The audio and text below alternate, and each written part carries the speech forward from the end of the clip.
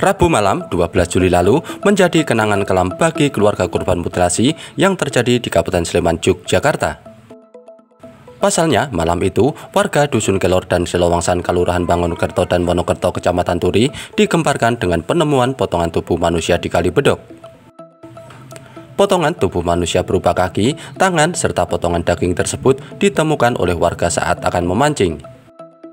Petugas yang datang ke lokasi dibantu warga langsung mencari potongan tubuh di lokasi kejadian. Hingga larut malam, petugas gabungan terus mencari potongan tubuh yang diperkirakan masih berada di sekitar lokasi itu. Kondisi yang gelap membuat petugas terpaksa menghentikan pencarian di malam hari tersebut. Saksi pada saat itu memancing melihat sesuatu benda, kemudian pada saat memancing kemudian saya curiga dikati bahwa ditemukan potongan tubuh manusia. Ya, kemudian dari saksi kemudian menghubungi dari pihak Babin Kamtibmas atau Babinsa dari Kelurahan setempat Bangunkerto Turi. Demikian yang saya sampaikan. Setelah ini kemudian kita mendatangi TKP benar, nanti untuk proses pengembangan nanti ditangani oleh dari Polresta Sleman. Demikian rekan-rekan wartawan. Potongan tubuh dibawa kemana sekarang, Pak? Ke Rumah Sakit Bayangkara. Kamis pagi, petugas SAR dibantu TNI Polri kembali melanjutkan pencarian dengan cara menyisir sungai yang mempunyai kedalaman sekitar 5 hingga 8 meter dari atas permukaan. Puluhan petugas yang dikerahkan saat itu tidak menemukan potongan tubuh di lokasi tersebut. Kepolisian menduga lokasi itu hanya dijadikan tempat pembuangan potongan tubuh oleh pelaku. Sementara tempat pelaku eksekusi dilakukan di lokasi berbeda. Kepolisian juga belum bisa memastikan jenis kelamin dari potongan tubuh manusia yang ditemukan itu. Kalau melihat dari lokasi TKP, sepertinya sangat tidak mungkin untuk dilakukan pembunuhan di TKP karena itu merupakan akses utama warga sekitar. Itu yang pertama. Kemudian yang kedua, juga sungai itu sering digunakan untuk kegiatan susur sungai. Di hari yang sama, petugas menemukan organ dalam yang berjarak sekitar 1 km dari lokasi pertama kali potongan tubuh ditemukan. Pada hari Kamis tanggal 14 Juli, Polsek Kasihan Bantul menerima laporan orang hilang berinisial R, salah satu mahasiswa perguruan tinggi swasta di Yogyakarta. Berbekal laporan polisi tersebut, Polda DIY melakukan penyelidikan hingga akhirnya berhasil mengidentifikasi 2 pelaku mutilasi yang sudah berada di Bogor, Jawa Barat. Pelaku mutilasi berinisial W asal Kajuran Magelang serta RD warga Jakarta itu akhirnya bisa ditangkap dan digelandang tim operasional ke Mapolda DIY. Sabtu siang tanggal 15 Juli, petugas tim Inafis Polda DIY menggeledah kontrakan pelaku berinisial W yang terletak di Kelurahan Triharjo, Sleman. Penggeledahan yang berlangsung kurang dari 1 jam lamanya tersebut menjadi tontonan warga yang tinggal tak jauh dari lokasi pelaku bermukim. Dari kontrakan pelaku, petugas membawa sejumlah barang bukti seperti cangkul, panci, kompor, ember, hingga tabung gas yang diduga berkaitan dengan kasus mutilasi yang begitu menggemparkan masyarakat tersebut. Pada kesempatan siang hari ini, tim Inafis dari Polda Daerah Istimewa Yogyakarta bersama dengan Polres Sleman, kita melanjutkan proses pemeriksaan TKP. Jadi ada beberapa barang-barang yang kita amankan untuk dalam rangka proses penyelidikan dan penyidikan kasus dugaan mutilasi di wilayah Polda DIY. Reno, penghuni kontrakan di samping rumah pelaku, tak menyangka jika tetangganya tersebut menjadi eksekutor dalam kasus mutilasi. Bahkan dirinya tak merasakan ada kejanggalan dari dalam rumah kontrakan yang dihuni oleh warga Magelang ini. Kontrakan yang terletak di paling pinggir. Kalau pengetahuan Mas itu, orang yang tinggal di sini itu seperti apa kepribadiannya, Mas? Kepribadiannya itu biasa aja, itu kan kayak paling dia kan orangnya memang agak lembek orangnya, agak bencong. Oh gitu. Cuma sebatas itu aja aku tahu itu. Sudah berapa lama tinggal di sini, Mas?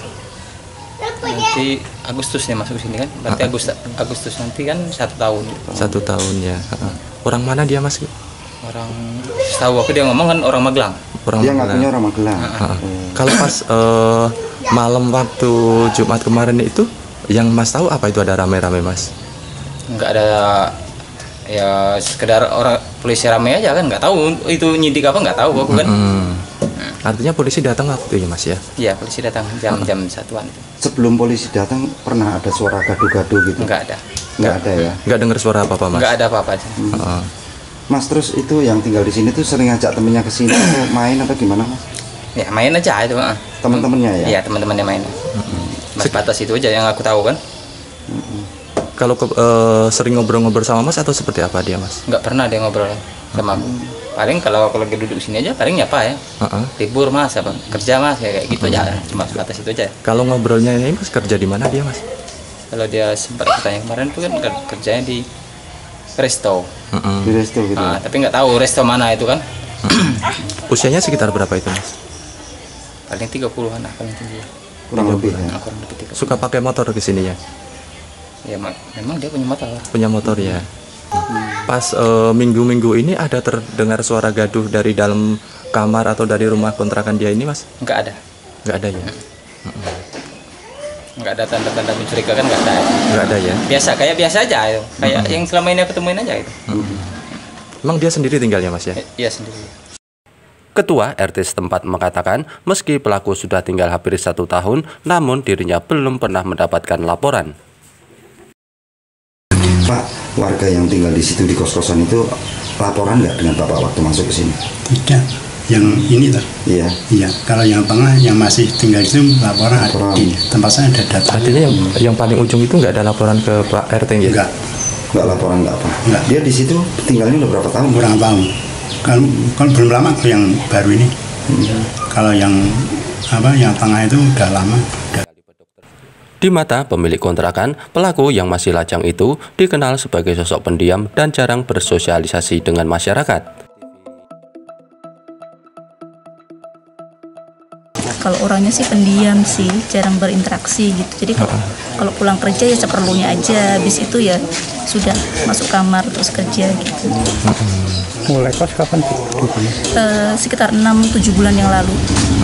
Di sini kerap temannya pada main ke sini, terus dilihat atau gimana? Malam, kadang berdua, kadang bertiga, gitu sebentar terus pulang lagi. Itu teman-temannya itu laki-laki atau perempuan? Seringnya laki-laki. Umur berapa usianya Ibu sekitarnya? Gimana? Usianya?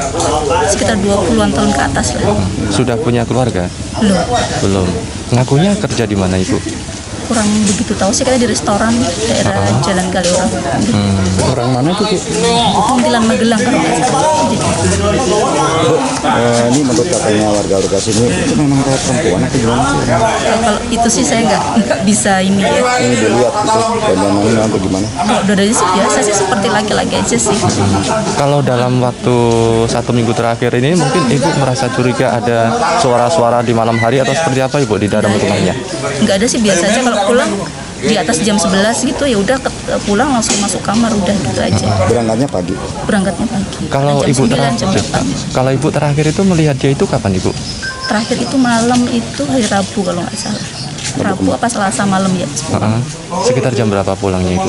Setengah 12 atau jam 11 gitu saya lupa. Waktu itu sendiri Ibu? Sendiri nggih. Waktu keluar terakhir keluar Ibu lihat kapan keluar dari rumah? Selasa kalau nggak salah. Bersama siapa dia? Sendiri. Kabar baik datang dari Polda DIY pada Minggu 16 Juli lalu karena mengumumkan 2 pelaku mutilasi telah ditangkap dan dimasukkan ke dalam jeruji besi. 2 orang eksekutor mutilasi pun dipajang di hadapan wartawan di depan gedung Direktorat Reserse Kriminal Umum Polda DIY. Barang bukti seperti cangkul, panci, pisau dapur, kompor, serta peralatan lain yang telah diamankan dari kontrakan pelaku dipajang sebagai barang bukti. Apa saja yang mereka mutilasi sesuai yang kita dapatkan di TKP, yaitu dengan cara memotong kepala, pergelangan tangan dan kaki, kemudian memotong bagian tubuh, menguliti, dan untuk menghilangkan jejaknya terhadap pergelangan tangan dan pergelangan kaki, mereka melakukan direbus gitu ya, untuk menghilangkan sidik jarinya. Berselang 1 hari kemudian, Polda DIY kembali menggelar jumpa pers untuk membeberkan hasil pemeriksaan yang telah dilakukan oleh petugas. Polda DIY memastikan jika pelaku mutilasi merupakan W serta RD dan telah mencincang tubuh korban di kontrakan yang terletak di Kelurahan Triharjo itu. Dasar, ya, tadi saya jelaskan laporan polisi LPB 415/2023 SPKT Polresta Sleman, Polda DIY tanggal 12 Juli 2023. Waktu dan TKP hari Selasa tanggal 12 Juli 2023 di salah satu rumah kos di Triharjo, Sleman. Perkaranya pasal 340 subsidiar pasal 338 KUHP Jungto 170 ayat 2 ketiga, Jungto pasal 351 ayat 3, Jungto pasal 55 ayat 1 ke 1 KUHP. Korban inisial R, laki-laki 20 tahun, alamat Pangkal Pinang, Pangkal Belitung. Tersangka inisial W, laki-laki 29 tahun, alamat Kajuran, Magelang. Yang kedua, tersangka inisial RD, laki-laki 38 tahun, alamat Kebayoran Lama, Jakarta Selatan. Barang bukti alat yang digunakan dalam melakukan tindak pidana berupa ember, talenan, tali, panci, pisau, cangkul, kompor gas beserta tabung gas. Di hadapan wartawan, petugas menjelaskan jika antara korban dan pelaku sudah saling kenal di media sosial sekitar 3 bulan yang lalu. Peristiwa mutilasi yang keji itu bermula saat pelaku berinisial RD yang tinggal di Jakarta diundang oleh pelaku W untuk datang ke Yogyakarta. Sesampainya di rumah kontrakan pelaku di Kelurahan Triharjo, Sleman, mereka melakukan aktivitas yang tak wajar serta berlebihan sehingga menyebabkan korban meninggal dunia. Karena panik mendapati korban yang sudah tak bernyawa, kedua pelaku langsung mencincang tubuh korban menjadi beberapa bagian. Tubuh korban yang telah terbujur kaku itu dipotong-potong oleh pelaku menggunakan peralatan dapur di lokasi tersebut. Biadabnya, para pelaku tega merebus potongan kaki serta tangan untuk menghilangkan jejak sidik jari sebelum dibuang ke berbagai tempat wilayah di Sleman. Penelusuran petugas di wilayah Kabupaten Sleman pun membuahkan hasil karena mendapati potongan tubuh serta barang milik korban berada di lokasi berbeda. Di dekat Kali Kerasak Mertigo Tempel misalnya, petugas menemukan potongan kepala yang telah dikubur oleh pelaku. Potongan tangan, daging, pakaian serta ponsel milik korban pun ditemukan di tempat lain oleh petugas. Ancaman hukuman mati atau seumur hidup menanti kedua pelaku yang telah berbuat keji itu karena dijerat pasal 340 KUHP tentang pembunuhan berencana. Berkaca pada peristiwa tersebut, apapun dalihnya menghilangkan nyawa orang lain pasti akan berhadapan dengan hukum yang berlaku di Indonesia. Kita semua berharap di masa yang akan datang tidak ada lagi kekerasan yang mengakibatkan orang lain kehilangan nyawa. Kompor itu kan pasangannya wajan. Itu tadi sudah disampaikan, ada potongan tangan dan potongan kaki yang direbus oleh pelaku.